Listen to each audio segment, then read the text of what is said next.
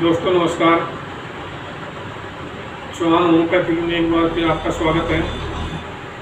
मैं JS चौहान आज आपको एक कॉमन बीमारी के बारे में बताऊंगा जो लगभग बहुत लोगों में पाई जाती है और बीमारी का नाम है एलर्जिक राइनाइटिस, जिसको हिंदी में जुकाम, नज़ला या नाक की एलर्जी होना बताया जाता है। और इस बीमारी में अक्सर क्या होता है कि सुबह उठते ही बहुत ज़्यादा छींकें आती हैं, बार बार नाक से पानी भी बहता है, बहुत छींकें लगातार एक दौर से आता है, 10-10 या 20-20 छींकें लगातार आती है। तो ये इस बीमारी के लक्षण हैं। इसके मैं आपको कारण बताऊंगा, तो ये बताऊंगा क्यों होती है ये, अक्सर ज़्यादातर कहाँ से ये लगती है, शुरू होती है, उसके बारे में थोड़ा बताऊँगा। और उसके बाद में आपको इसकी थोड़ा होम्योपैथिक मेडिसिन भी बताऊँगा। ये बीमारी कहाँ होती है? जहाँ पर ज़्यादा डस्ट होती है, धूल मिट्टी होती है, या प्रदूषण, हवा के कारण या प्रदूषण के संपर्क में ज़्यादा रहते हैं, धूल मिट्टी की वजह से होती है। जैसे ही घर में आप किचन में जाते हैं, किचन में जाने के बाद भी आप किसी सब्जी वगैरह में तड़का लगाते हैं तो वहाँ भी आपको छींकें आती है। ये सबसे बड़ा कारण है इसका, धूल, प्रदूषण और मिट्टी, डस्ट।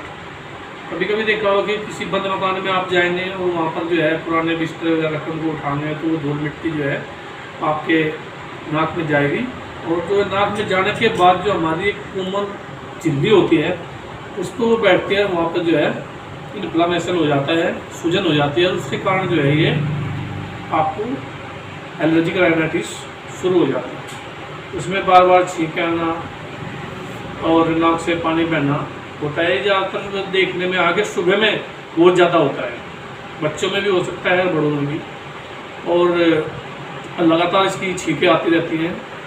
और ये अगर इसका सही से इलाज नहीं के लंबे समय तक 6 महीने साल रह जाता है तो इसमें आगे चलकर कई समस्या आ जाती है। नाक में अंदर मांस बढ़ जाता है, सूजन आ जाती है, जिससे जो है किसी को एक नाक से सांस लेने में बड़ी दिक्कत होती है। और ये इसके मेन कारण थे। अब मैं आपको इसकी जो है थोड़ी होम्योपैथिक दवाई बताने जा रहा हूँ, जिसे आप लेकर थोड़ा इसमें रिलीफ पाएंगे। और अगर इसको आप सही तरीके से परहेज वगैरह करेंगे और सही तरीके से 2 से 3 महीने तक लेंगे लगातार, तो ये पूर्ण रूप से ठीक हो जाएगी। तो मैं चलता हूँ, आपको बताता हूँ इसके बारे में दवाई।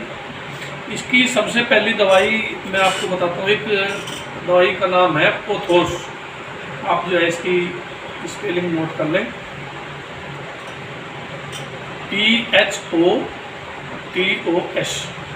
पोथोस 30, पोथोस 30 ये दवाई है। और इसकी दूसरी दवाई है lamina minor, lamina minor, LEMENA, lamina minor, MINOR, lamina minor 30। ये 2 दवाई आपने होम्योपैथिक स्टोर से लेके आनी है, और इन दोनों दवाइयों को इक्वल मात्रा में, यानी कि बराबर मात्रा में इन दोनों को मिलाकर एक बड़ी शीशी में, जिस पर ड्रॉप्स लगा हो वो भी लेके आए खाली, उसमें इसको डालकर सेक कर लेना है, हिला लेना है। 8 से 10 बार आप इसको हिला के रख देंगे, आपकी जो है दवाई तैयार हो गई। इसके बाद एक दवाई और है जो मेरे पास है फिलहाल, मैं उसको दिखाता हूँ। ये दवाई हिस्टामिनम है, हिस्टामिनम।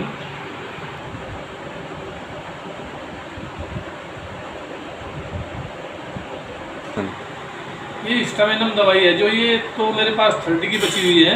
आप इसको 200 CH में लाएंगे, 200 पावर में लेके आएंगे 30 ml में।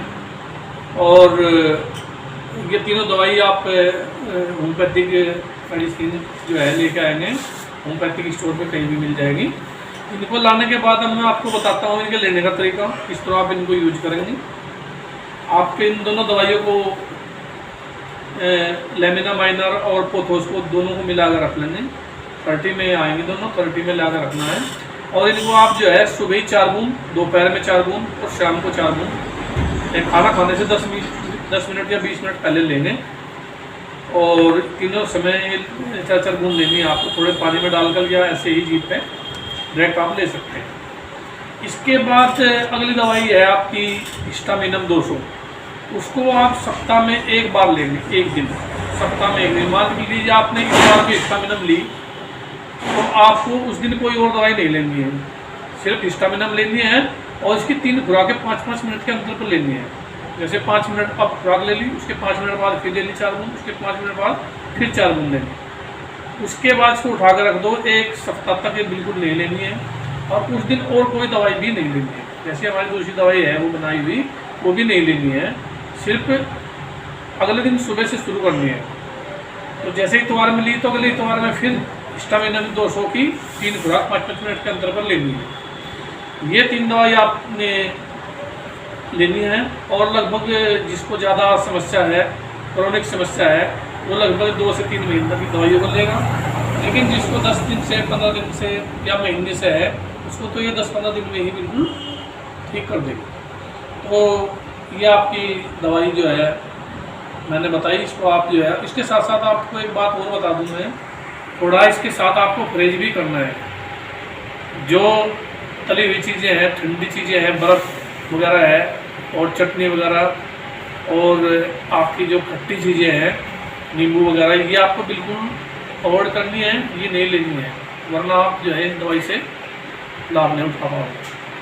तो अब मैं अपनी वीडियो को यहीं विराम देता हूँ, और अगली किसी वीडियो में फिर मिलता हूँ। धन्यवाद। जय हिंद।